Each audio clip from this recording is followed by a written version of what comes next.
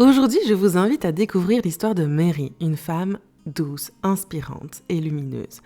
Mary est kinésithérapeute. Elle a fait de sa vocation un acte d'amour et de résilience, accompagner les femmes dans la connaissance et la guérison de leur corps, notamment autour du périnée et de l'endométriose, une maladie qu'elle connaît elle-même intimement. Mais derrière ce parcours professionnel se cache un chemin de vie intense, fait de prise de conscience et surtout de reconstruction. Pendant des années, Mary s'est adaptée, toujours, encore, par amour, jusqu'à s'oublier elle-même dans une relation longue, marquée par l'espoir d'un changement chez l'autre. Elle a vécu l'alcoolisme de son compagnon, la peur quotidienne, le silence lourd des soirées où rien ne change. À cela s'est ajouté un parcours de PMA difficile, rythmé par les échecs et les remises en question profondes. Jusqu'au jour où une décision courageuse s'impose, s'arrêter, respirer et se demander « Est-ce que je veux être vraiment maman ?» Puis vient le déclic. Mary choisit de partir, mais surtout, elle choisit de revenir à elle. Elle se choisit. Sur ce chemin de redécouverte, elle tombe amoureuse d'elle-même. Elle s'ouvre à la beauté de la vie, aux petites choses du quotidien, à la joie simple de se célébrer. Elle apprend qu'elle est entière, qu'elle est capable de tout et que le bonheur ne dépend pas d'un autre. Et comme souvent, quand on se choisit pleinement, la vie s'ouvre. Une nouvelle relation, plus saine, plus équilibrée, émerge de ce nouvel espace de liberté. Cet épisode est une ode à la force intérieure, à l'amour de soi et au courage de se réinventer. Si toi aussi tu traverses une période de doute, de rupture ou de reconstruction, l'histoire de Mary pourrait bien être ce souffle d'espoir que tu attendais. Je te souhaite une belle écoute. Bonjour Mary, comment tu te sens aujourd'hui ? Ça va, un peu stressée, mais ça va. Ouais. Merci d'être là.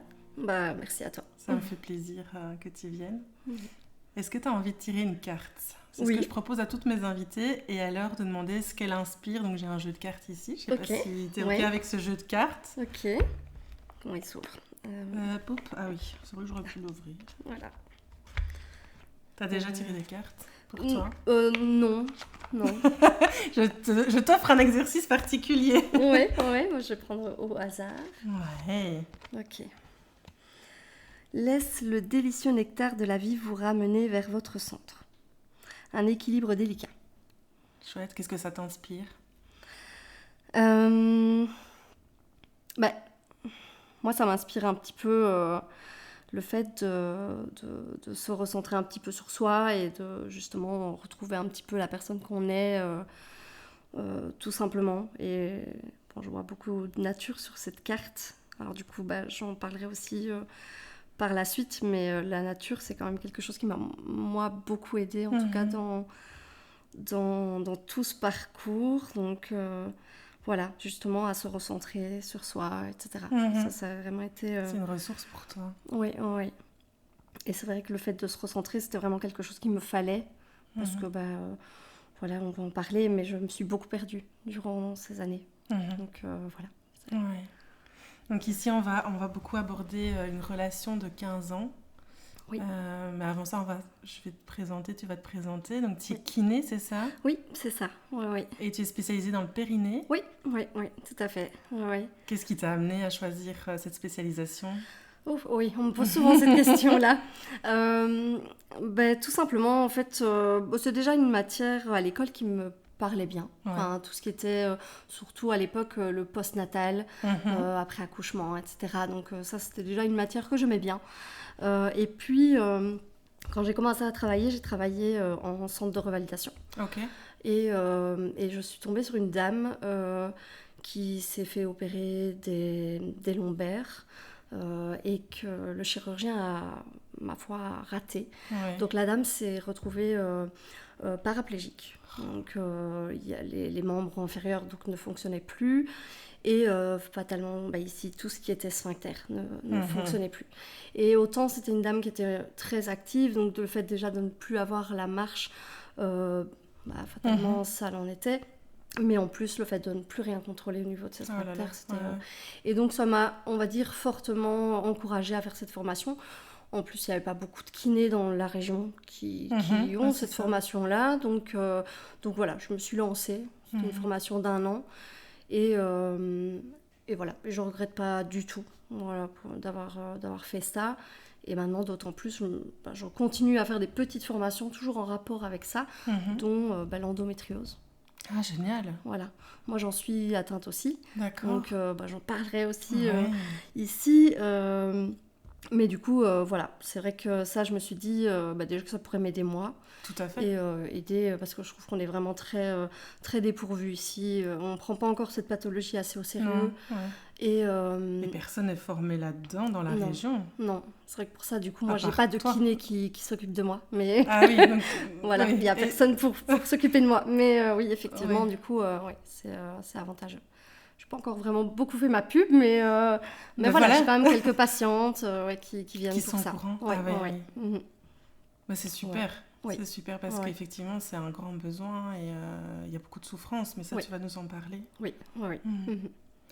Oui, donc tu es kinésithérapeute, donc tu soignes les corps, mais aussi un peu les cœurs, finalement, les âmes.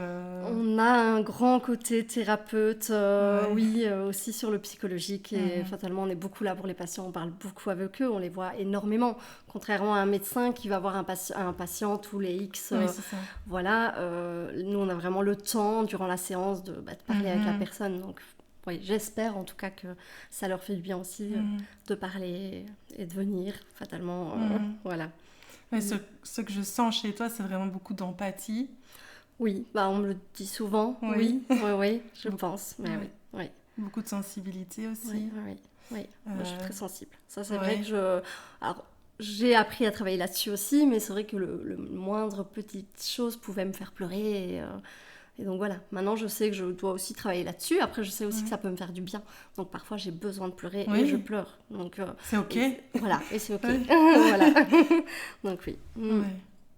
Oui, c'est vrai, quand on a beaucoup de sensibilité, il faut savoir surfer sur toutes ces émotions qui jaillissent. Oui. Ce que j'ai lu de toi, c'est que j'ai l'impression que tu es dans une quête de reconstruction.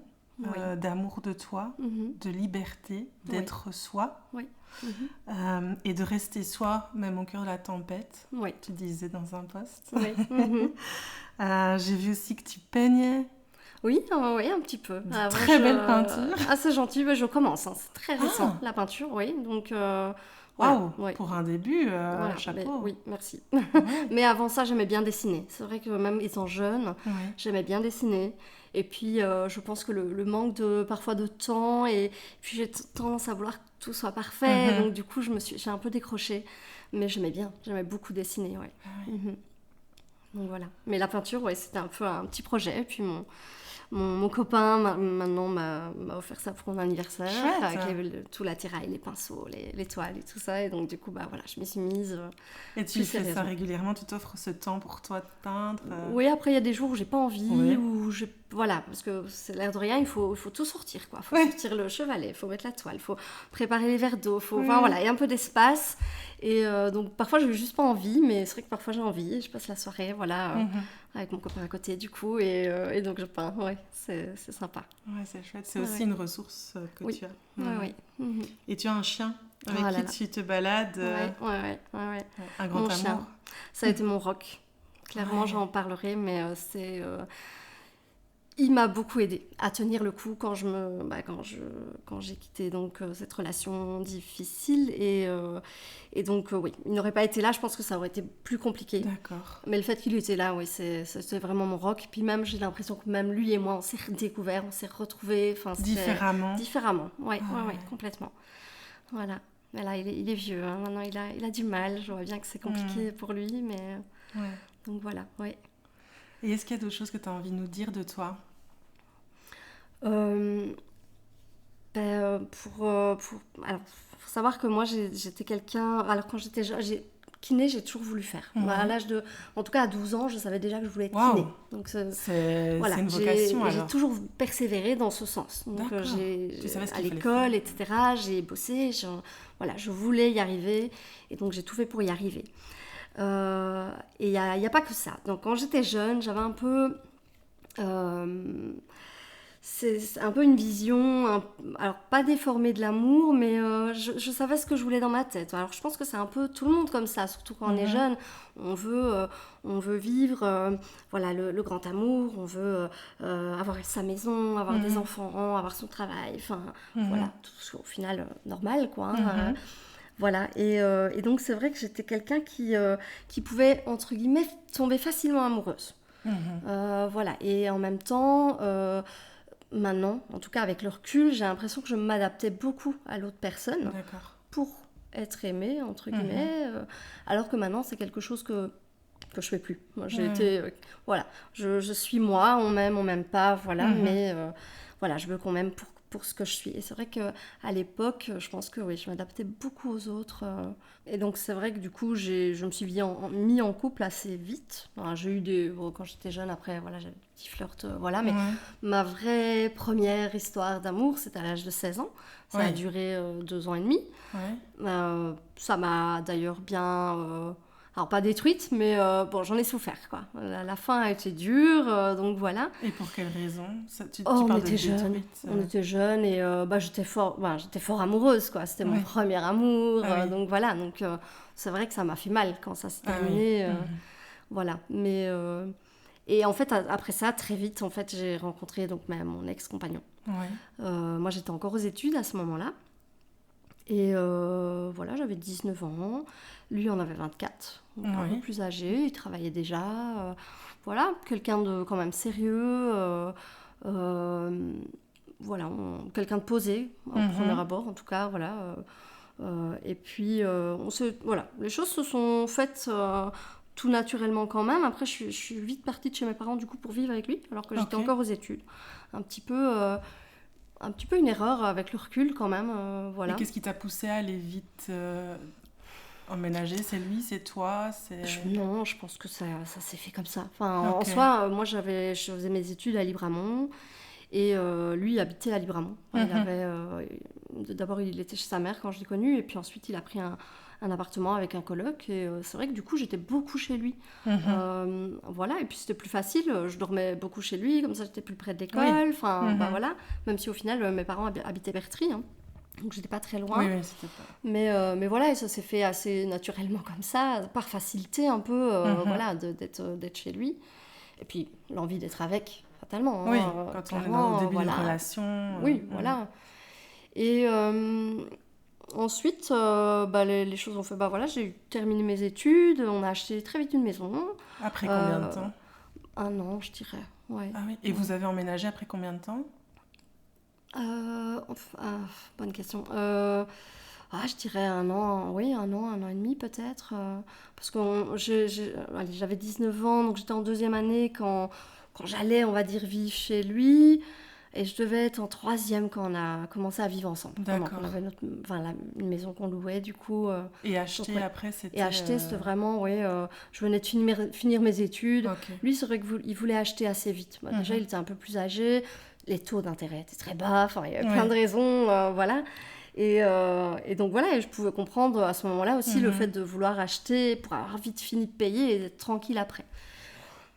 Après, pour lui, il y avait une raison aussi derrière, c'est que il travaillait, mais voilà, il était pas... S'il pouvait ne pas travailler, c'était ok aussi, quoi. Donc le fait d'avoir une maison qui est payée, ça facilite aussi... Ah oui, d'accord. Pour après... voilà. Okay. Il voulait pas travailler trop longtemps. Oui, ou en tout cas refaire des formations. Voilà, plus voilà, il aimait bien l'informatique, il voulait faire des formations là-dedans. Et donc voilà, c'est vrai que quand on fait une formation, on n'a pas forcément de revenus. Donc c'est vrai que voilà. Voilà, et j'étais pas contre. Après, c'est vrai qu'on a acheté du coup une maison où il y avait quand même pas mal de travaux à faire. Elle était fonctionnelle, comme ça, on pouvait rentrer dedans, il n'y avait pas de souci. Maintenant, il fallait refaire quand même toutes les lecs. Ça, c'était le plus gros, on va dire. Et mon beau-frère, donc son frère, du coup, était électricien. Donc ça, voilà. Mais voilà, lui n'était pas forcément bricoleur, mais il voulait quand même faire beaucoup lui-même. Donc on n'a jamais fait appel à des corps de métier. Donc voilà, donc ça a duré. Oui, Et on était en permanence dans une maison qui n'était pas forcément saine, qui n'était pas forcément... Enfin, voilà, c'était une maison qui était assez vieille et vétuste. Oui, donc voilà. Mais c'est vrai que Voilà, ça faisait plaisir d'avoir sa maison, j'étais contente, il n'y avait pas de souci, voilà. Et puis comme moi je disais, hein, les débuts de relation c'est toujours bien, il n'y a pas de souci. Et c'est vrai qu'en soi, il y a toujours eu du bien, mais il y a eu du moins bien. Donc c'est vrai que moi j'ai assez vite découvert qu'il buvait, qu'il aimait bien boire un verre, et peut-être un peu trop, voilà. Ouais. C'était tous les jours ou c'était... Non, alors c'était pas forcément tous les jours, mais seulement quand il commençait, il s'arrêtait plus. Donc on allait vraiment jusque à voilà, tomber là sur son bureau et à dormir, voilà. Ah oui, donc c'était chez vous aussi alors? C'était oui, pas que en Guindaille. Non, voilà. Donc ça a commencé un peu, voilà, après le boulot, il faisait les 3 pauses, donc ça pouvait arriver après le boulot, il boire un verre avec ses collègues. Et c'est un peu d'ailleurs là que j'ai commencé à comprendre qu'il y avait un problème. C'est une fois, la première fois d'ailleurs, il devait rentrer de sa nuit, donc vers 7h du matin. Moi je me réveille, c'était un samedi matin, je me réveille vers 9h, toujours pas là, donc je regarde mon téléphone, pas de nouvelles, donc voilà. Et à force que les heures passent, j'appelle sa mère, j'appelle son frère, pas de nouvelles, j'ai appelé les hôpitaux. Ah oui, t'as dû te tracasser. Ah oui, je me suis fort inquiétée. Ouais. Et en fait, au lieu de rentrer à 7h du matin, il est rentré à 7h au soir. En fait, il s'avère que... Sans nouvelles de lui alors. Oui. Alors, pendant ce temps-là, son frère a fait du coup le trajet en sens inverse pour voir s'il pouvait être justement au bord d'une route à dormir, voilà, parce que lui, je pense qu'il le connaissait fatalement mieux que moi. Et en fait, oui, ils l'ont retrouvé au bord d'une route, à cuver, clairement, voilà. Donc ça, c'est la première fois que c'est arrivé, mais bon, c'était pas la dernière. Ça et c'était très quand souvent. Alors cette première fois par rapport à votre relation, vous aviez déjà acheté? Non, on n'avait pas encore acheté. Donc ça, c'était déjà arrivé au moment où il coloquait, enfin, il avait son appart et qu'il avait un coloc. Donc voilà. Non, c'est la première fois que je me suis dit, oui, il aime bien boire un verre. Après, ça m'a pas inquiété plus que ça dans le sens... Enfin, si, ça m'a inquiété sur le moment, bien sûr, mais on était jeunes. Donc pour moi, voilà, oui, il a bu un peu trop, il s'est arrêté le long d'une route, à la limite, tant mieux, il a pas pris le volant, quoi. Un élément isolé, un événement. Voilà, donc c'est vraiment avec le temps que je me suis rendu compte que c'était quand même de plus en plus souvent, ce genre de choses, et qu'en plus, oui, effectivement, ça lui arrivait de boire à la maison, donc tout seul. Alors c'était jamais des alcools faibles, hein, c'était toujours du whisky, c'était du rhum, voilà, tout des alcools forts, ou alors des bières fortes, voilà. Et voilà, et comme je dis, il pouvait mélanger les alcools, il prenait ce qu'il y avait, quoi, mais... Donc voilà. Et oui, effectivement, c'est vrai que ça a duré 15 ans, on va me dire, mais pourquoi t'es resté quand tu t'es rendu compte, mais...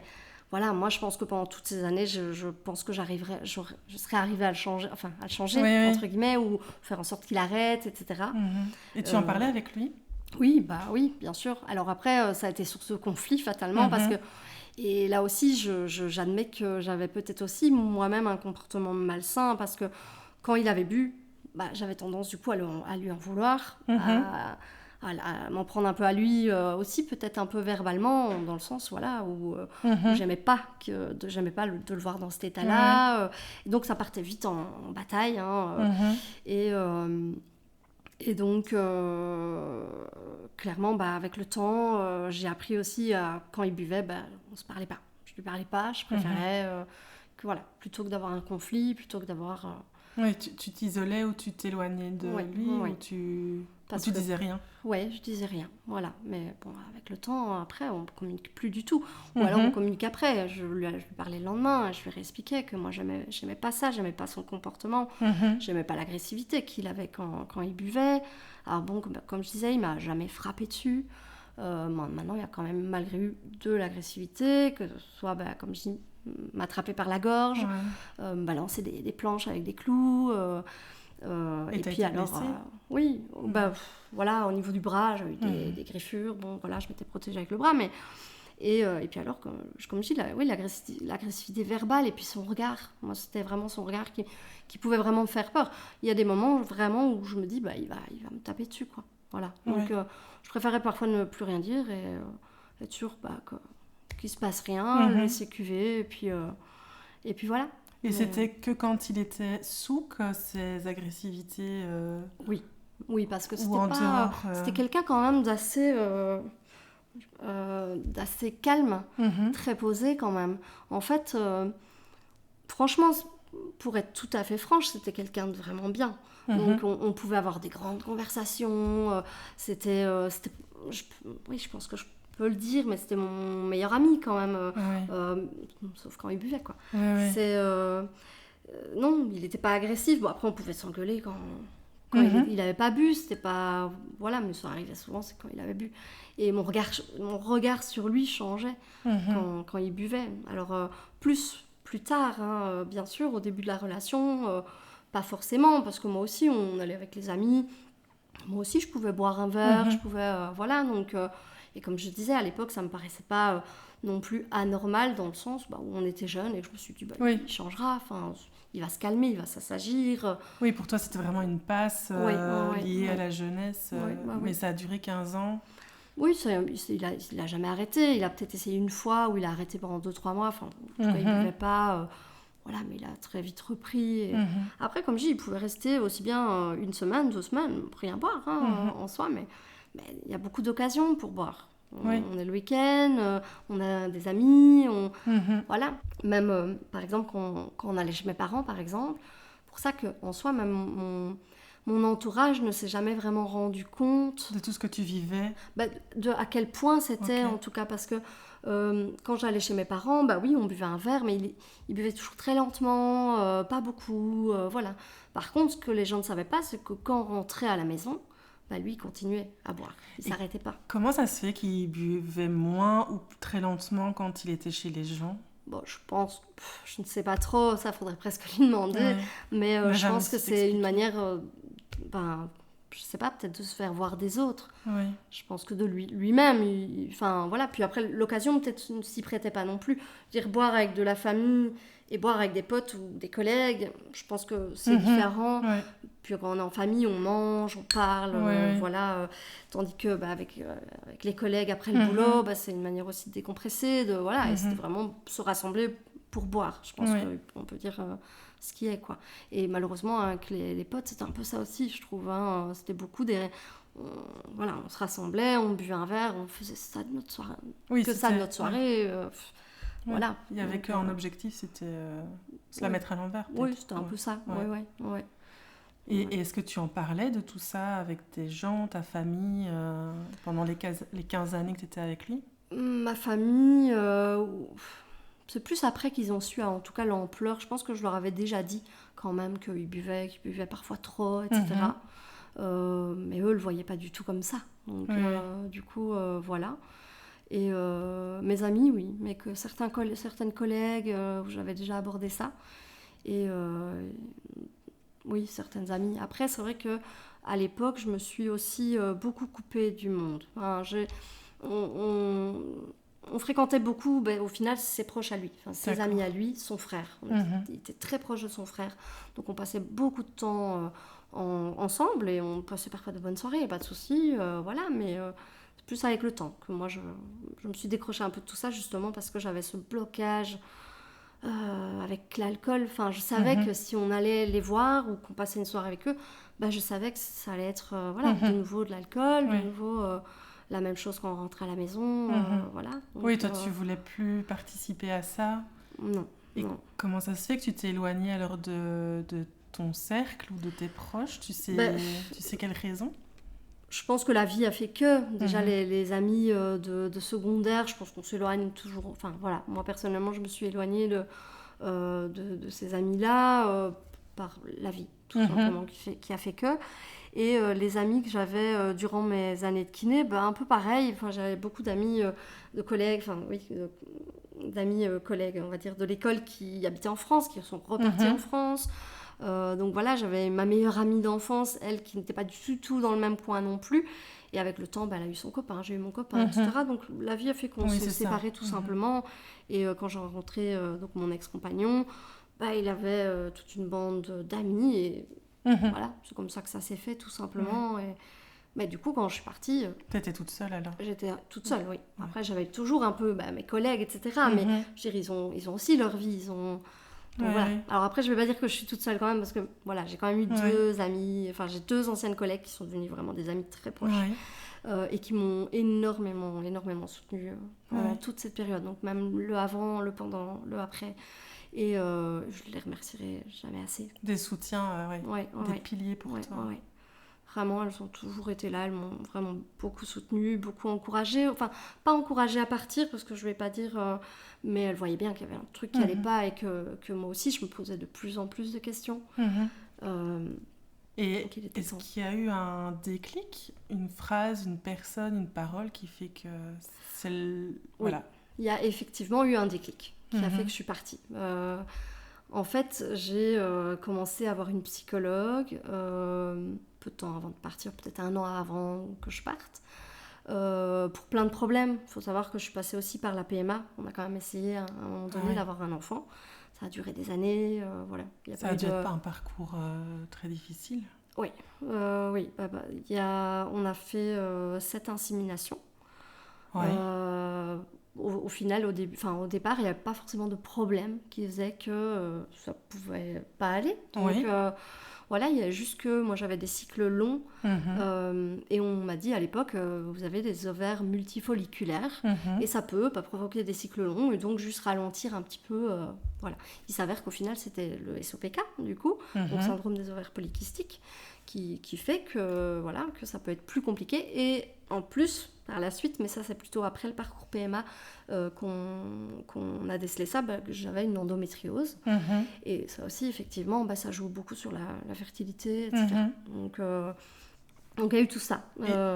Excuse-moi, tu parles de la fin du parcours PMA. Pourquoi est-ce que ça s'est arrêté alors? C'est toi Parce que j'ai décidé d'arrêter. Donc après les 7 inséminations... moi, j'ai décidé effectivement, avec lui aussi, mais lui n'était pas... je pense qu'il voulait passer par tout ça parce que moi, je le voulais. Moi, je voulais vraiment des enfants, de base. C'était pour te faire ce cadeau je pense que lui, de base, ne voulait pas forcément d'enfants. Ce n'était pas une priorité dans sa vie d'avoir des enfants. Et maintenant, je le comprends aussi très bien. Mais c'est vrai que moi, je voulais des enfants. Donc, effectivement, vu que ça ne marchait pas naturellement, à un moment donné, on a été voir la gynéco et on a commencé toutes ces démarches. Et effectivement, les inséminations, faut savoir que ça a quand même duré plusieurs années quand même. Déjà avant d'en arriver aux inséminations et même les inséminations en elles-mêmes. Donc ça a été très compliqué psychologiquement. Je devais piquer aux hormones. Les hormones me faisaient énormément de sautes d'humeur. Mes humeurs passaient par toutes les étapes. Et psychologiquement, je ne pouvais plus. En plus, autour de moi, j'avais plein de collègues, d'amis, etc., qui commençaient aussi à avoir leur enfant. Voilà, leur enfant, etc. Donc, c'était très compliqué. Tous les mois, quand les règles arrivaient ou que le test revenait négatif, c'est toujours la frustration, c'est la déception. Et c'est de se dire toujours, pourquoi pas moi, quoi. Donc, voilà. Et donc, à ce moment-là, je crois que pendant tout ça, je me suis aussi beaucoup remise en question. Je me suis dit, mais au final, est-ce que c'est bien ce que je veux ? Parce que c'est vrai que le fait qu'il buvait, ça me faisait peur aussi. Oui, moi, je lui avais déjà dit, si tu bois par exemple comme ça, imagine, tu dois aller chercher l'enfant le soir à l'école, tu l'oublies parce que t'es schnoll. Voilà, il y avait plein d'angoisses quand même par rapport à ça. Ça me faisait quand même peur. Et puis, en même temps, c'est moi me dire, au final, est-ce que c'est vraiment ce que je veux ? Est-ce que je suis prête à accueillir un enfant déjà dans cette vie-là ? Et tout simplement, maintenant, voilà. Et c'est là que je me suis dit, en fait, on va tout arrêter. Si ça vient, ça vient. Mais si ça vient pas, c'est pas grave. Voilà, j'avais un métier que j'aimais bien. Après, c'était à l'époque, donc c'était du côté... c'était à Vaux-sur-Sûre, donc j'avais 45 minutes de route, aller et retour. Donc, l'air de rien, le temps, on l'avait pas toujours. Donc, je me dis, au final, avoir un enfant, il faut quand même avoir du temps pour s'en occuper, etc. Donc, je me suis dit, c'est pas grave, pas d'enfant, c'est pas grave. Et en fait, progressivement, j'ai fait la paix avec ça. D'accord. Et je me suis vraiment... c'est la paix, c'est vraiment ce mot-là, en fait. Voilà, j'étais en paix avec ça. Et vraiment, plus les années sont passées, plus je me suis dit, en fait, tant mieux. Encore heureux. Je me suis séparée en plus, donc dans un sens encore heureux qu'il n'y ait pas eu d'enfant là-dedans. Et même encore maintenant, je suis très contente de ne pas avoir eu d'enfant. Et je ne regrette pas. Et même encore maintenant, j'en veux pas forcément. Donc voilà. Déjà à l'époque, je m'étais mis un peu une limite d'âge.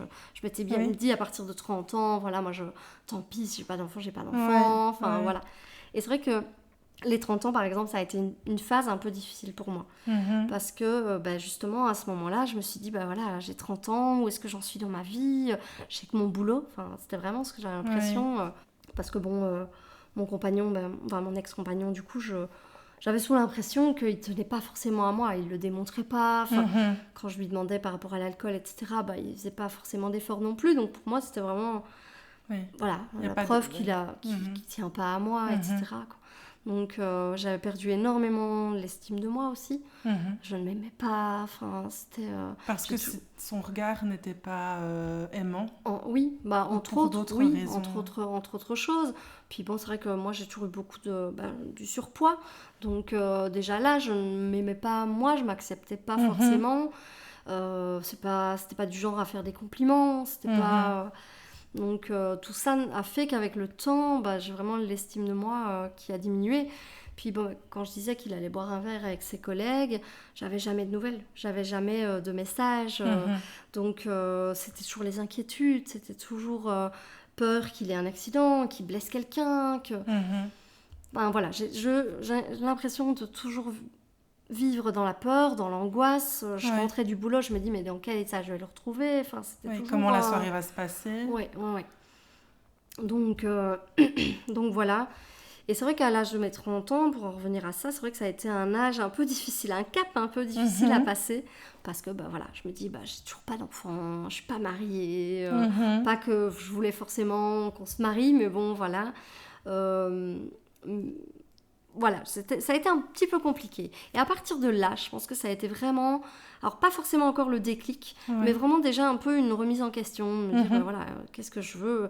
Et vraiment, cette impression de m'être perdue en route, de m'être oubliée, de pas penser à moi, de toujours penser à lui, toujours me tracasser, en fait. Donc voilà. Et en fait, après ça, j'ai été voir une psychologue.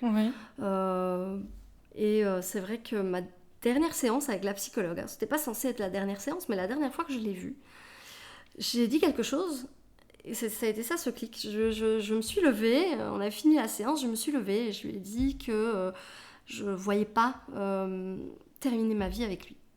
Et en fait, le fait de le verbaliser, ça a été un déclic.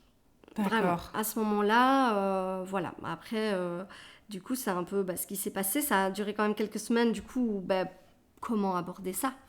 C'était compliqué après presque 15 ans de dire voilà, c'est fini. Et puis, mais pour toi, c'était vraiment c'est fini. Ah oui. T'es sortie de là, c'était terminé, il fallait mettre en place la séparation. C'est ça. Ok. En fait, avec le temps, je me suis, maintenant ça je l'ai compris, mais en fait je me suis vraiment décrochée émotionnellement pendant plusieurs années. Et quand je l'ai verbalisé et que je l'ai dit, je sais que c'était terminé en fait. Voilà, je ne reviendrai pas en arrière. Ça faisait tellement longtemps que j'essayais de le changer, entre guillemets, et que je voulais qu'il entende que moi ça me rendait malheureuse, que ça me rendait triste, et il n'entendait pas. Donc à un moment donné, ça a été vraiment quand ça a été décidé, c'était décidé. Maintenant, comment lui dire sans que ça ne parte en... Voilà. Et, il faut trouver le bon moment où il n'a pas bu non plus. Oui, ça, clairement, clairement, il fallait qu'il soit sobre à ce moment-là. Oui. Donc, c'est vrai qu'à ce moment-là, c'est là que je dis, mes deux meilleures amies, elles ont été là, vraiment pour me soutenir. Et elles m'ont donné un peu la force aussi de le faire, de vraiment de passer le cap. Et en fait, le jour où ça s'est passé, c'était même pas prévu. Je suis rentrée chez moi. Et alors, c'est vrai qu'il a vu qu'il y avait quelque chose qui allait pas. Donc, c'est vrai qu'il m'a dit, il y a un truc qui va pas, t'es bizarre. Et donc, je me suis assise et je lui ai dit. Et après, j'ai pas voulu lui faire de reproches. J'ai pas voulu lui dire c'est ta faute si je pars. Voilà, je voulais plus en fait. J'en ai marre de faire des reproches. J'en ai marre de dire voilà, tu bois, j'aime pas ça. Enfin, j'avais plus envie de ça. Et donc, voilà, moi, je lui ai un peu dit dans ce sens-là. Je lui ai dit écoute, moi... tu bois, c'est vrai que ça me plaît pas, mais maintenant je peux pas te changer. Et je peux pas te forcer à changer. Et effectivement, si c'est une vie qui me convient pas, c'est à moi de la changer. Tout à fait. Et donc, je suis partie un peu sur... Voilà, je voulais que tout se fasse le mieux possible. Parce que je savais que je pouvais pas partir non plus du jour au lendemain comme ça. Ouais. Il fallait que je trouve une maison, quelque chose, un appart. Voilà, donc c'est vrai que je suis encore restée 3 mois en colocation à ce moment-là. Ce qui n'a pas été facile, parce que quand il buvait pas, ça allait. Parce que du coup, il était compréhensif. Il comprenait, il savait aussi que ça n'allait plus. Je pense que le fait que... Oui, moi, j'étais pas heureuse, mais je pense que lui non plus. Ça faisait longtemps que ça n'allait plus et qu'on n'était plus heureux ensemble. On communiquait très mal. Et puis, comme je disais, je pense qu'on était devenus un peu toxiques l'un pour l'autre. D'accord. Parce que moi-même, le fait de... effectivement, oui, il buvait pas, je lui parlais pas. C'était pour éviter les conflits, mais... Je suis pas sûre qu'au final c'est la bonne solution non plus. Voilà, et c'est vrai qu'à force, j'avais tellement de rancœur que voilà, mais ça que je lui en voulais. Oui, dès qu'on allait justement dans voir ses amis, nos amis, son frère, etc. Je savais comment la soirée allait se passer, donc déjà là, je me fermais. Je le vois comme ça maintenant et c'est pas ça non plus. Donc je pense que c'est un mieux pour tous les deux de toute façon. Et puis je lui ai dit, je peux pas lui dire comment vivre sa vie. S'il a envie de boire, qu'il boive. S'il est heureux comme ça et que sa vie lui convient comme ça, voilà. Je pense que j'ai pas à lui dire quoi faire. Mais par contre, voilà, moi je n'étais pas heureuse. Je lui ai dit aussi que j'avais ce sentiment de m'être perdue et que j'avais besoin de me retrouver, clairement. J'avais jamais été seule de ma vie. Comme je t'ai dit, j'ai toujours été en couple. Et ça, c'est quelque chose que j'avais vu avec ma psy aussi et que j'avais besoin de découvrir par moi-même. D'être toute seule, sans être dans une relation. Me redécouvrir, savoir qui je suis, qui je veux être, ce que j'aime, ce que je n'aime pas. Tu ne savais même pas? Non, je pense que j'étais tellement enfermée dans une vie qui ne me convenait plus. Et au final, j'étais aussi dans ce côté, je rentre du boulot, faut faire à manger, un peu cette routine. Voilà, et le soir, me poser devant la télé. Alors, je dis pas que c'est plus comme ça maintenant, mais je le fais avec plus de légèreté, plus de bonheur aussi. C'est vrai que le soir, j'aime bien me poser. Moi, je suis une cinéphile, j'adore les films. Donc, j'aime bien le soir me poser devant mon petit film. Voilà, c'est mon petit plaisir.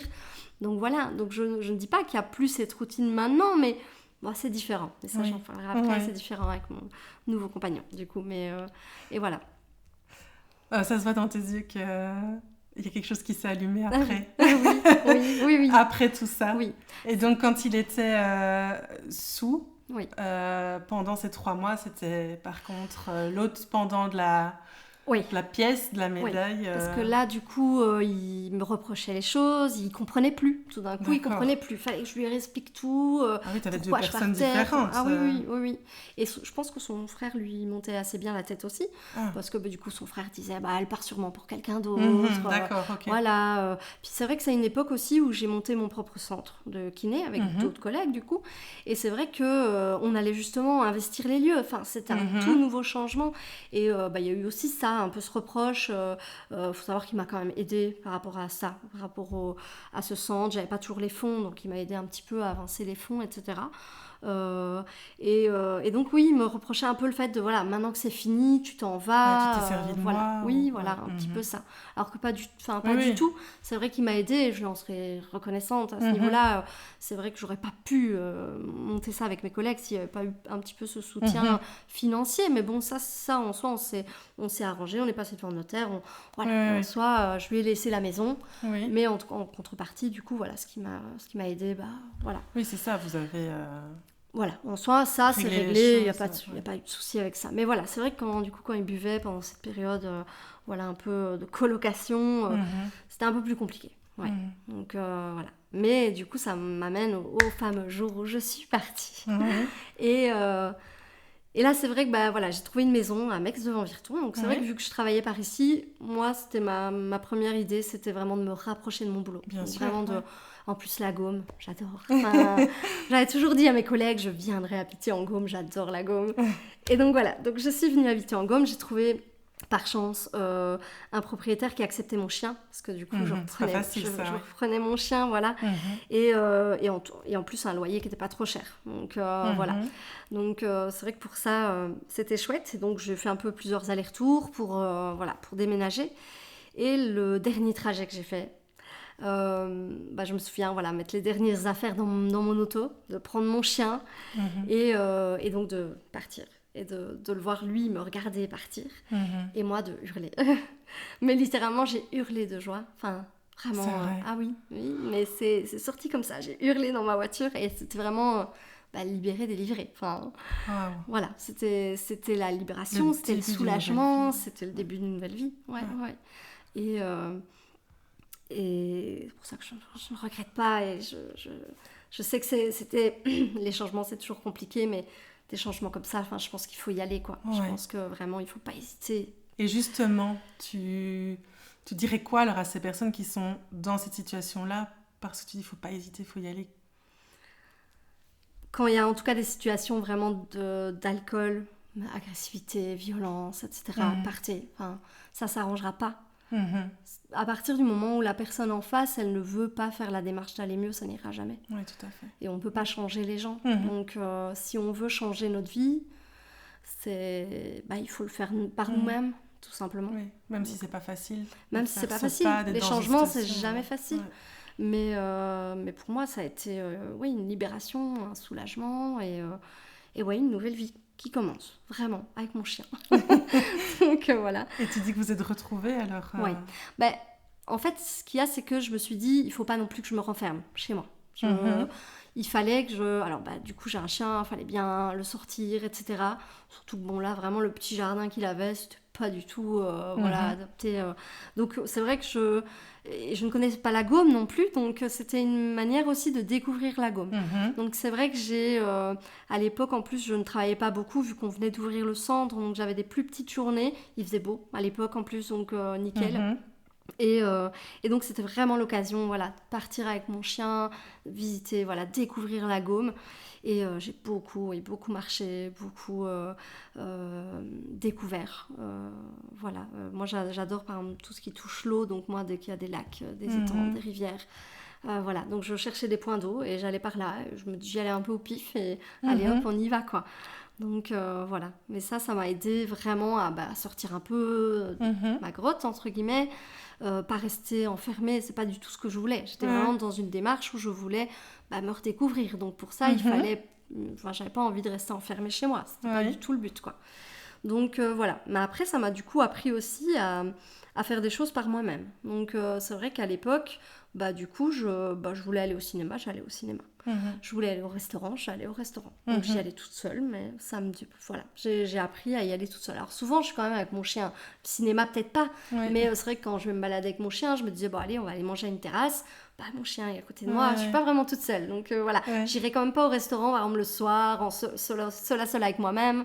Je sais pas si je le ferais, non, je sais pas si je le ferais quand même, mais c'est vrai qu'aller dans des restos, terrasses, sur un temps de midi ou quoi, parce que j'ai été me balader, ça je le faisais, il y a pas de souci avec ça, quoi. Voilà, je suis sortie, j'ai découvert aussi à l'époque un petit cabaret à Sainte-Cécile, c'est les Tourets. Et c'est vrai que l'avantage, c'est qu'on pouvait y aller jusqu'à 2h, enfin, on pouvait arriver jusqu'à 2h du matin. Et après, c'est jusqu'à ce qu'il n'y ait plus personne. Donc ça peut être illimité, voilà. Et donc, c'est un petit cabaret où on va chanter, donc vraiment karaoké. Moi, j'aime beaucoup chanter. Donc, du coup, j'y allais. Il était aussi bien minuit, je me dis mince, je m'ennuie, quoi. Donc du coup je me faisais belle et je sortais. J'allais chanter, alors j'y allais toute seule, du coup tant pis, mais ils font des superbes grands cocktails et tout ça, avec ou sans alcool, et du coup je me prenais un petit cocktail et puis j'allais chanter quand c'était mon tour d'aller chanter. C'est génial. Ah oui, et ça m'a bien aidée, j'ai envie de dire, parce que comme je dis, j'ai toujours bien aimé chanter, donc...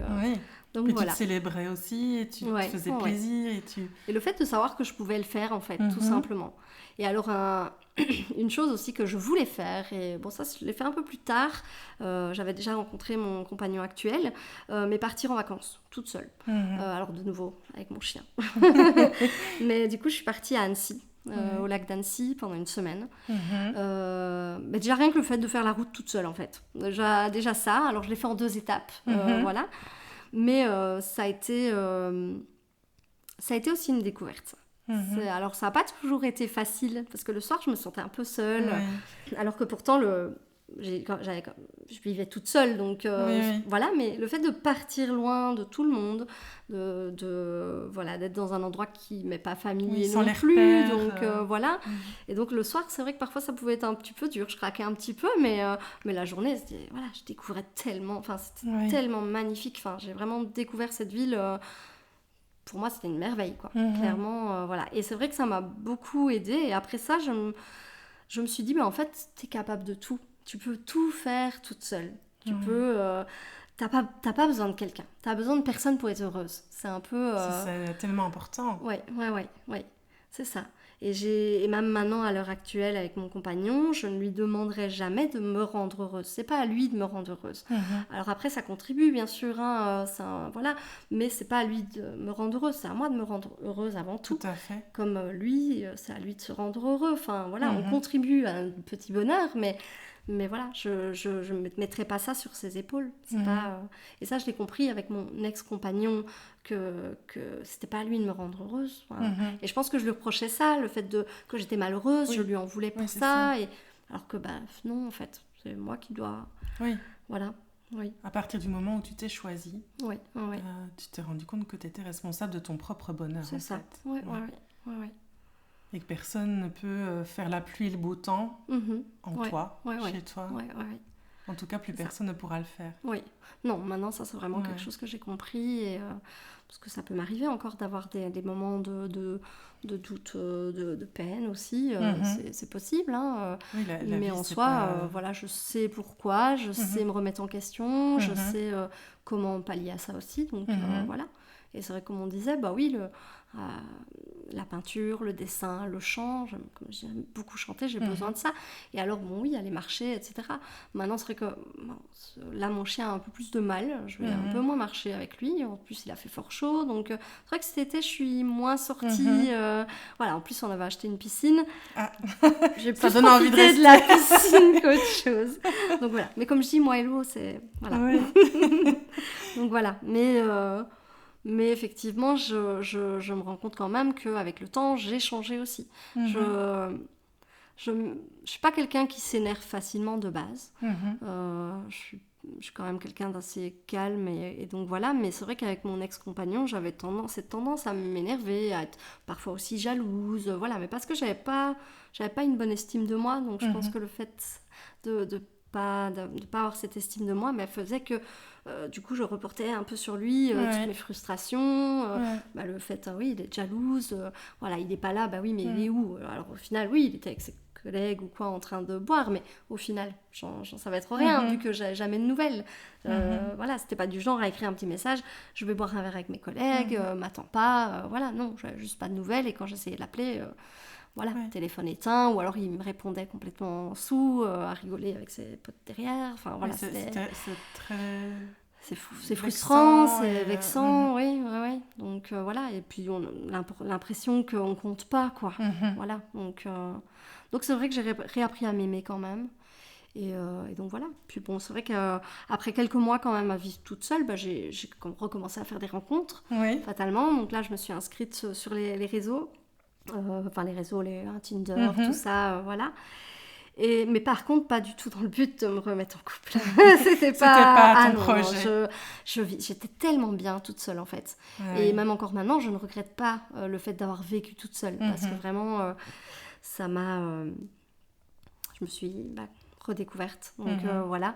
Mais du coup, effectivement, faire des rencontres pour quand même passer du temps avec des personnes, c'est important. Donc après, je savais ce que je ne voulais plus. Et bon, voilà, sur les réseaux, on trouve quand même de tout et n'importe quoi.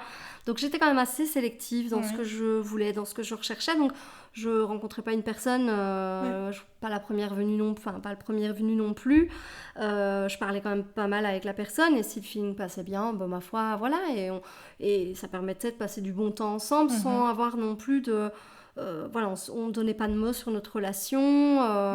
Il n'y avait pas de, voilà, on est ensemble ou quoi que ce soit. Non, mais voilà, mais il y avait une fête quelque part, on sortait, on allait à la fête, on allait faire des brocantes, on allait au cinéma, on allait au restaurant. Enfin, voilà, tout ce qu'un couple peut faire, mais sans être vraiment un couple, quoi. Sans être vraiment engagé dans une relation. C'est ça, Et à la base, j'étais vraiment partie dans cette idée-là. Je ne veux plus me remettre en couple, l'amour, j'y crois plus. Parce que pour moi, voilà, j'avais quand même été amoureuse, l'air de rien, voilà. Et j'étais tombée de haut, quoi. T'as été blessée. Oui. Donc, du coup, je voulais plus en passer par là. Et puis surtout, le fait de me dire, je suis restée 15 ans avec une personne. Je veux dire, si je retombe amoureuse et que ça se finit à nouveau dans 10 ans, enfin, ne plus avoir envie que ça se... de vivre, en fait, un échec. Donc, je me dis, voilà, au final, ou alors si je rencontre quelqu'un, c'est chacun chez soi, quoi. Voilà. Au final, ça s'est pas passé comme ça, mais... Donc, voilà. Tu es retombée amoureuse. Donc, du coup, oui, j'ai rencontré quelqu'un. Même chose, au début, c'était pas sans de sérieux, voilà. Lui a 2 filles. Une, maintenant, en tout cas, de 7 ans et de 16 ans. Donc, ça fait 3 ans qu'on se connaît maintenant. Donc, voilà, elle avait 4 ans, la petite, quand je l'ai connue. Et la grande avait 13 ans, du coup. Et c'est vrai qu'au début, le fait qu'il ait des filles, voilà, on n'a pas... voilà, il les avait une semaine sur 2, donc du coup, quand je le voyais quand il les avait pas, quoi. Et puis avec le temps, il y a eu d'autres choses aussi des problèmes avec son ex, voilà, qui a aussi des problèmes d'alcool. Donc du coup, c'est vrai qu'on s'est bien compris déjà pour ça. Et du coup, il a eu la garde des filles totale. Donc là, plus le choix. Alors c'est vrai qu'à ce moment-là, je crois qu'il a eu un peu peur que je m'en aille. Parce que, voilà, je n'avais pas signé, entre guillemets, pour ça. Oui, pour être belle-maman à temps plein. Voilà, surtout que, de base, moi, je voulais plus d'enfants, je voulais pas... Enfin, voilà, donc voilà. Mais je suis restée, parce que j'étais attachée à lui, et oui, les sentiments se développaient, et il me faisait du bien, en fait, avec lui, je me sens en sécurité, et aimée. Voilà. Après, c'est quand même quelqu'un qui peut parfois être aussi dans sa grotte, mais je l'ai compris, je le sais, il me l'a dit aussi. Donc c'est vrai que quand ça arrive, je le prends pas pour moi. Je sais que voilà, il a besoin aussi de ces moments où il est dans sa grotte. Maintenant, quand je ressens moi le besoin d'avoir un peu plus d'attention, je lui en fais part. Et il comprend, et oui, il y a plus de communication. Et ça, c'était dès le départ. Moi, c'est ce que je voulais. Comme je dis, je veux pas me montrer une autre personne ou quoi que ce soit. Je me montre telle que je suis. Et en même temps, vu qu'il y avait à l'époque une complète transparence, je voulais que ça continue comme ça, quoi. Je lui ai dit, voilà, moi je veux... On s'était dit les choses dès le départ, quoi.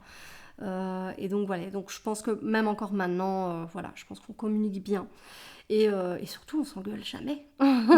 C'est vrai que on s'est encore jamais engueulé. Donc, alors parfois on n'est pas d'accord, on a des petits désaccords ou quoi, mais non, on s'engueulait vraiment jamais, quoi. Donc, c'est top, vous arrivez vraiment à avoir une communication. On t'a retiré ça de cette première relation où t'as compris qu'il fallait vraiment... Et donc là, ça fait un peu plus d'1 an qu'on vit ensemble. Voilà, donc c'est vrai que au final, j'étais tout le temps chez lui. C'est vrai que, voilà, donc à un moment donné, on s'est dit, quitte à ce qu'on soit tout le temps l'un chez l'autre, pourquoi pas, essayer ça. Puis il y a aussi un côté aussi plus pratique avec les filles, avec lui il avait un appartement où les filles devaient encore partager leur chambre, et vu qu'il les avait non-stop, ça devenait peut-être un petit peu compliqué, puis la grande devient grande, voilà. Et donc voilà, donc c'est vrai que le côté aussi partager les frais, etc., c'est important de le prendre en compte aussi, donc voilà, et voilà, on ressentait, c'était le moment en fait, tout simplement. Donc on a trouvé une maison du coup à Arnoncourt, donc pas très loin de mon boulot aussi. Donc ça c'est plutôt pas mal. Et voilà, et on est bien. Maintenant, c'est vrai que mon rôle de belle-maman n'est pas toujours évident. On a une ado à la maison, donc c'est pas toujours facile. Mais c'est difficile avec toi. Alors en soi, le lien, elles m'ont toujours acceptée. Donc, très vite elles m'ont acceptée. La grande a beaucoup de problèmes avec sa maman en plus, donc elle ne veut absolument plus la voir. Donc voilà, mais c'est vrai qu'assez vite, alors c'est vrai que récemment elle m'a dit qu'elle me considérait comme sa maman, donc Ça fait plaisir à entendre, ça fait du bien. Mais non, c'est plutôt tout le contexte, l'adolescence, quoi. Oui, C'est c'est compliqué, voilà. Mais c'est pas vis-à-vis de moi. D'accord. T'avais pas signé pour une adolescente. Ouais, non. J'espère j'espère que ça va vite évoluer. C'est un passage. Mais oui, c'est ça. Donc c'est vrai qu'à ce niveau-là, c'est pas forcément toujours facile, mais bon, pour lui non plus. Et voilà, j'essaye d'être là pour lui. Vous apprenez tous les deux, parce que ouais. même en tant que parents, oui. On a beau s'imaginer ce que c'est l'adolescence. Il avoir des est idées, fort dépourvu et il ne sait pas toujours comment. Voilà, mais voilà, on fait ensemble. J'essaye de le soutenir au mieux. J'espère en tout cas, bien le soutenir. Et voilà. Et par rapport à ton désir, toi, de maternité, Non, de toute façon, lui, il est opéré, donc il ne peut plus en avoir. Et non, de toute façon, voilà. Pour toi, c'était bien clair et tu t'es posé les questions et c'est... Oui. Pour moi, voilà, je ne voudrais pas... En plus, là, j'ai 37 ans.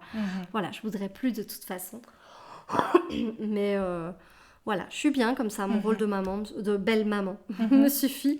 Et voilà, en plus on les a tout le temps, donc voilà. Oui. Au final, c'est presque comme une maman. Donc, oui, tout à fait. Donc voilà, oui. Et par rapport à l'endométriose, est-ce que tu voulais en parler encore ou... L'endométriose, en fait à la base, ça c'est vrai que c'est quelque chose peut-être que je peux aborder parce qu'il y a beaucoup de femmes qui ne savent pas. À la base, c'est vrai que ma gynéco, pour ça elle était vraiment chouette parce que dès le début quand je lui ai parlé, quand j'ai arrêté la pilule, du coup c'est à ce moment-là que ça s'est déclenché, où j'avais vraiment des grosses douleurs pendant mes règles.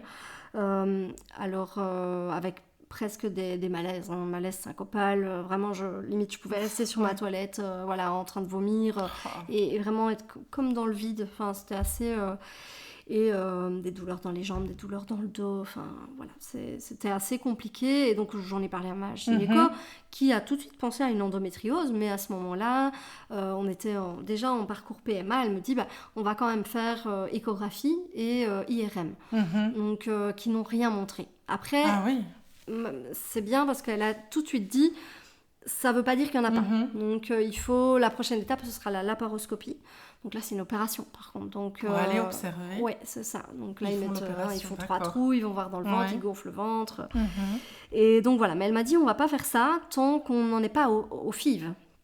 Voilà, parce que c'est une opération et voilà, c'est quand même assez contraignant.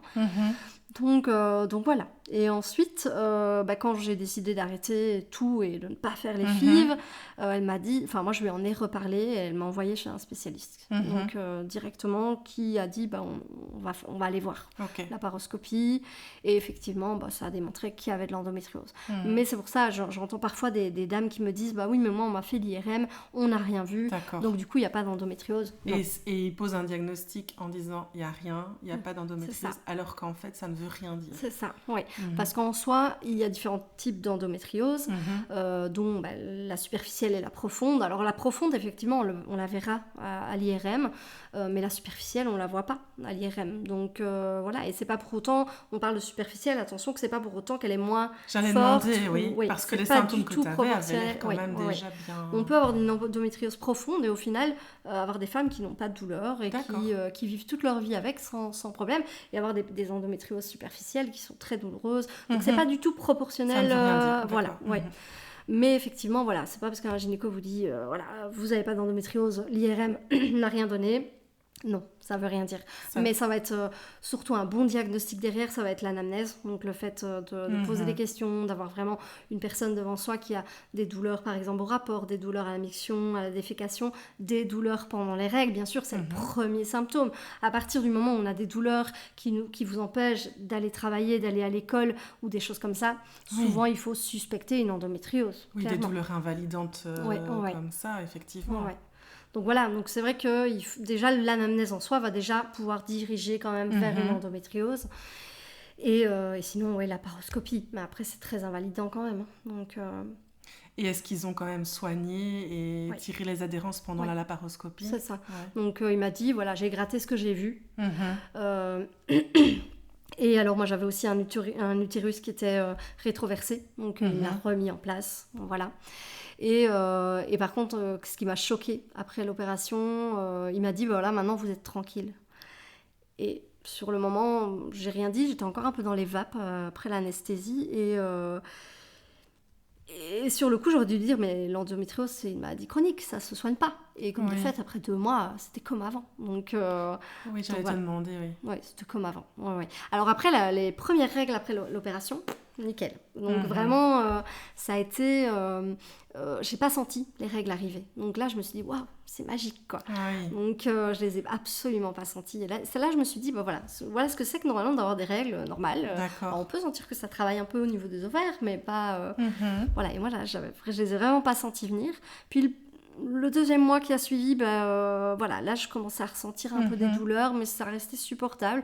Et puis ensuite, là après ça a été comme avant, quoi. Donc voilà.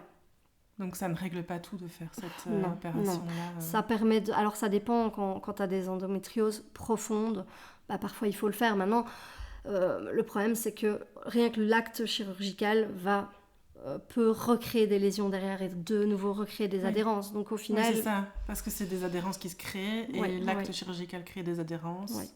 Malheureusement, c'est pas la solution. Maintenant, il n'y a pas de solution. Mais par contre, il y a quand même des choses qui peuvent aider. Donc effectivement, maintenant on sait, la kiné peut aider. Il y a l'ostéopathie également. On peut rediriger par exemple vers tout ce qui est traitement un peu plus naturel, huiles essentielles, etc. L'alimentation, parce que c'est une maladie inflammatoire. Donc on va se tourner vers une alimentation anti-inflammatoire. Donc voilà, donc ça peut aider à diminuer l'inflammation et donc diminuer les symptômes. Donc il y a quand même des alternatives. Alors après, ça va pas guérir, ça va pas soigner, mais effectivement, ça peut soulager les symptômes avec le temps, mieux vivre avec, améliorer la qualité de vie de la patiente, quoi. Et toi, tu as réussi à trouver une meilleure qualité de vie? Alors moi, je reprends la pilule. Donc moi, ça a été vraiment... Donc moi, quand je me suis du coup retrouvée seule, j'ai repris la pilule, parce que je savais que quand même, j'allais rencontrer des gens et je voulais quand même me protéger. Et donc, et en même temps, c'est ce qu'on m'a conseillé. On m'a dit, pour pas que l'endométriose évolue, le mieux, c'est la pilule en continu. Donc j'ai une pilule en continu qui fait que j'ai plus de règles. Donc voilà, alors j'ai encore des petits désagréments plutôt intestinaux, des choses comme ça. Mais j'ai plus de douleur pendant mes règles, quoi. Ou pendant l'ovulation, parce que moi j'avais très mal pendant l'ovulation. Ce qui pouvait être compliqué, par exemple, quand on essaye d'avoir un enfant, justement. Parce que du coup, mes ovaires, un ovaire surtout, me faisait énormément souffrir quand j'ovulais. Pardon ? À cause du SPOC ou... SOPK peut-être, SOPK, effectivement, oui, c'est ça, ou même l'endométriose. Donc, voilà. Donc, il faut savoir que ces deux maladies, deux pathologies qui sont quand même fortement liées. Donc, oui, j'avais déjà lu ça. Ouais.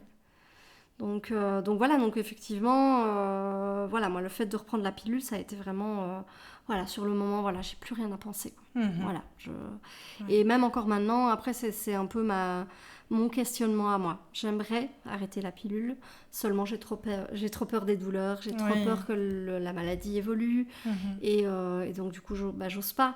Et vu que effectivement des kinés dans le coin, il n'y en a pas. C'est toi. Voilà, donc c'est un peu compliqué du coup d'être soignée, d'être bien suivie. Donc voilà. Alors je peux éventuellement me faire certaines choses, m'automasser, des choses comme ça, faire des étirements, il y a des choses que je peux faire. Mais comme a dit la formatrice à ce moment-là, quand on a une pathologie, il faut aussi pouvoir se mettre en tant que patiente. Et arrêter mettre de côté le côté thérapeute et se dire, voilà, je suis une patiente, je dois être pris en charge.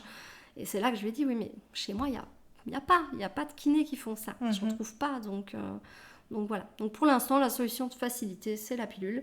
Et c'est une bonne solution. C'est une solution qui te permet une qualité de vie aussi. Oui, c'est ça. Parce que vivre dans ces douleurs-là...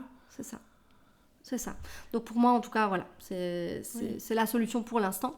Maintenant, c'est vrai que je me dis toujours, j'ai 37 ans, je prends la pilule, il y a les risques aussi à côté, donc voilà, c'est vrai que pour ça, parfois j'aimerais bien ne plus devoir prendre toutes ces hormones, mais voilà, en même temps, j'ai pas de désagrément avec la pilule, voilà. Donc pour l'instant, en tout cas, ça restera comme ça, c'est tout.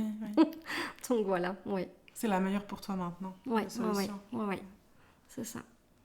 Et quand on s'est parlé au téléphone, tu as dit que tu voulais justement parler aujourd'hui pour que d'autres personnes ne vivent pas ce que tu vis. Est-ce que tu as un message à faire passer par rapport à ça ? Après, je pense que je l'ai déjà un peu dit, mais Ouais. c'est vrai qu'effectivement, je pense qu'on est responsable de son propre bonheur. Et donc, je pense qu'on ne doit pas faire porter ça à l'autre. Enfin, je pense qu'on est toutes capables de tout, toutes seules, qu'on a besoin de personne. Et donc voilà, et je pense que quand on n'est plus bien dans une situation, je pense qu'il faut en changer. En tout cas, il faut se remettre en question. C'est important de savoir au final qui on veut être, ce qu'on veut faire dans la vie et comment on peut changer ça. Alors ça n'implique pas forcément de quitter son compagnon, hein, mais je pense que voilà, on peut être malheureuse et au final que ça se passe bien avec le compagnon, voilà, on va pas tout quitter, voilà, mais effectivement se remettre en question, c'est important. Et je pense que pendant tout ce changement, moi c'est ça qui a été important, c'est vraiment cette remise en question et cette prise de conscience de plein de choses au final. Le fait que je n'étais plus bien dans cette relation, que j'avais besoin de me retrouver, etc. Tout ça, voilà, ça m'a aidée et comme je dis, je ne regrette absolument pas d'être partie. Ça a été vraiment une délivrance, donc voilà, je pense qu'il ne faut pas hésiter aussi à voir un psychologue, à en parler, parce que toute seule, on n'a pas toujours le déclic. Je pense parfois même le recul. Oui. Et le déclic. Parce que c'est vrai que quand j'ai vu la psychologue... Après, en soi, je pense que j'y allais aussi dans une démarche où j'avais envie de changement. Donc je savais, voilà, donc je parlais énormément. Et le fait de me parler et de m'entendre parler, j'en venais à des conclusions au final un peu toute seule. Mais voilà, malgré tout, voilà, ça m'a aidée en tout cas d'être entendue et d'avoir peut-être, un autre recul sur la situation. Et le fait comme je disais, de verbaliser les choses, ça a été le déclic. Qu'est-ce que tu entends par résilience, toi ? Qu'est-ce que tu mettrais comme définition déjà ? Moi, la définition de la résilience, c'est vraiment la capacité d'une personne à faire face aux épreuves et sa capacité à rebondir. Je reprends un peu le terme que Laurence a dit, parce que c'est vraiment ça. C'est, voilà, il y a une épreuve et comment faire pour justement passer outre cette épreuve et améliorer la situation. Moi, ça a été... alors, pendant ma relation, je sais pas, je crois que j'étais beaucoup dans le déni pendant ma relation, donc je sais pas si on peut parler de résilience.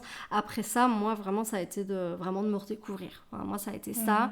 Et alors comme je dis, mon chien qui a été vraiment mon rock, on va vraiment dire mais je suis gaga de mon chien, donc voilà. Mais effectivement moi voilà, mes amis, fatalement mes amis proches et mon chien, enfin qui m'a vraiment poussée au final à sortir, enfin moi j'adore la nature et ça c'est quelque chose que j'ai redécouvert, le fait de voilà, autant on allait marcher quand même avant, mais c'est pas pareil. Je voyais pas les choses pareil. Maintenant, je vois beaucoup plus la beauté de la nature. Je profite d'un beau coucher de soleil, de l'eau. Enfin, moi, comme je disais, je suis très proche de l'eau. J'aime me retrouver devant la mer, devant une rivière, et je peux me poser là, comme ça, devant ma petite rivière et rester là juste à profiter en fait de l'instant et pas forcément penser, pas forcément quoi qu'aussi ça parfois ça m'arrive. Hein, du coup, ça cogite dans ma tête et donc voilà. Parce que j'essaie quand même toujours de me remettre en question, toujours. Et donc voilà, mais ça m'a aidée, clairement, juste la beauté des choses en fait. Je profite en fait de chaque petit moment et de chaque petit plaisir. Voilà, j'ai appris à m'aimer aussi, parce que ça vu que c'était quelque chose que je n'avais plus. J'ai compris quand même qu'en me retrouvant seule, que je pouvais quand même encore plaire. Donc ça, voilà, ça faisait plaisir et donc j'ai réappris à m'aimer et à profiter de chaque petit instant, de chaque voilà, tout simplement. Oui, c'est vrai que le moment présent c'est tellement important à cultiver, à contempler. Merci, je te propose un portrait chinois pour terminer. Si ta résilience était une couleur, laquelle serait-elle ? Alors, j'y ai réfléchi un petit peu, et, parce que c'est vrai, à la base, moi, ma couleur préférée, c'est le rouge, bon, voilà. Mais c'est pas ce qui c'est pas ça du tout qui m'est venu, et c'est vrai que la couleur qui m'est venue, c'est le jaune. Alors, un jaune assez pétant, du coup, mais parce que le jaune, ça me rappelle plutôt le soleil, la lumière. Et la joie, du coup. Enfin, c'est ça qui me venait, du coup. Voilà. Super. Si ton parcours était une fleur, laquelle serait ? Les tournesols. Donc moi, j'ai toujours C'est beaucoup aussi aimé les tournesols. Et effectivement, du coup, on revient un peu vers ce côté soleil. Et en plus de ça, je trouvais que ça me définissait bien parce que les tournesols, ils suivent le soleil. Oui. Et donc, ça me faisait un peu penser au fait de se tourner vers le positif, se tourner vers ce qui est bien, ce qui est positif, les gens, la positivité. C'est vrai que je n'ai pas parlé de ça, mais c'est vrai que je vais quand même en dire un petit mot. Ce qui m'a aidé aussi, c'est la jeune chambre. Donc, c'est vrai que quand je suis partie, on m'a invité à partager un petit peu... à découvrir la jeune chambre et c'est vrai que ça aussi, le fait de se tourner du coup vers des projets, etc., de rencontrer des nouvelles personnes, toutes dans la bienveillance, ça a été quand même aussi bénéfique. C'est vrai que pour l'instant, je suis un petit peu moins impliquée, même si chaque jour J d'événements, je souhaite être là, je veux continuer à faire partie de ça. Mais effectivement, il fallait quand même que je dise un petit mot sur la jeune chambre, parce que vraiment, ça a été aussi une manière à moi de bouger, de sortir, de rencontrer d'autres personnes. Donc, de t'ouvrir sur le monde et d'avoir aussi des moments avec les autres, pas bibitifs, comme tu avais avant, mais vraiment avec des projets, du sens, des belles rencontres. Voilà. Si tu devais associer ta force intérieure à un élément de la nature. L'eau. L'eau. C'est vrai que tu en as parlé tout au long. L'eau, oui, ça clairement, l'eau, comme je disais. C'est de ressources, c'est de recharge. Oui. Et ça me fait penser du coup à ce que Laurence a dit, elle, dans son podcast, la force intérieure. Vraiment, Et alors, moi, ça me faisait penser aussi à la paix intérieure. Donc l'eau, comme je dis, je peux très bien me poser au bord d'une rivière et juste profiter de ce moment-là et juste être en paix. Avec moi-même et avec ce qui m'entoure, tout simplement. Si tu étais une saison aujourd'hui après tout ce cheminement, laquelle serais-tu ? Alors ça, j'y ai quand même réfléchi aussi, parce que de base, je t'aurais dit plutôt printemps ou été, parce que j'aime bien le soleil, j'aime bien la chaleur, et le printemps me faisait un peu penser au renouveau, les fleurs qui éclosent, etc. Mais après, c'est vrai que je suis très automne. Enfin, depuis très peu de temps, en fait, j'adore l'automne. J'adore aller marcher en automne, les nuances de couleurs dans les arbres, etc. Et pour moi, l'automne, en fait, c'est un peu comme une page qui se tourne en douceur. Vraiment, c'est montrer que même les fins peuvent être belles. Voilà. C'était un peu comme ça que je le ressentais, en tout cas. Voilà. Ouais, super chouette. Et si tu devais parler à la mairie de ce moment-là où tu étais avec ton compagnon, qu'est-ce que tu voudrais lui dire ? Que de rester forte et que tout évolue. Que le changement, ça fait peur, mais qu'à un moment donné, il faut passer par là pour être mieux. Et donc voilà. Ouais. Si tu devais t'offrir un compliment, lequel serait-il ? Pas toujours facile. Non, mais je me dirais que je suis fière de moi, déjà. Donc, d'avoir passé tout ça. Et tout simplement. Je suis fière de moi, je suis quelqu'un de forte et qui est capable de tout. Comme je disais tout à l'heure, j'ai besoin de personne en fait. Et même le fait que je sois en couple maintenant, je sais qu'en soi, j'ai besoin de personne pour être bien. Voilà. Et si tu voulais dire un mot, un talisman, un mantra, est-ce que tu as un mantra, toi ? Tu as déjà dit tout est possible, tu as déjà dit beaucoup de choses. Est-ce qu'il y a autre chose ce serait vraiment le fait de... je pense qu'il ne faut pas attendre de l'autre qu'il te rende heureuse, quoi. Je pense que ce serait vraiment cette phrase, le résumé en fait de tout ça. Je pense qu'on doit pouvoir se rendre heureuse soi-même et pas attendre que l'autre le fasse pour soi, quoi. Voilà. Merci beaucoup. De rien. Merci à toi. Merci d'avoir partagé ce moment avec nous dans Deep Bloom. J'espère que cette conversation vous a offert inspiration, douceur et l'élan de croire en vos propres possibles. Si cet épisode vous a touché, je vous invite à le partager autour de vous, à laisser un commentaire ou quelques étoiles sur votre plateforme d'écoute. Cela aide Deep Bloom à fleurir et à rayonner toujours plus loin. Prenez soin de vous, laissez vos racines plonger en profondeur et vos fleurs s'ouvrir à la lumière. On se retrouve très bientôt pour un nouvel épisode, une nouvelle rencontre, un nouveau souffle d'espoir. À très vite.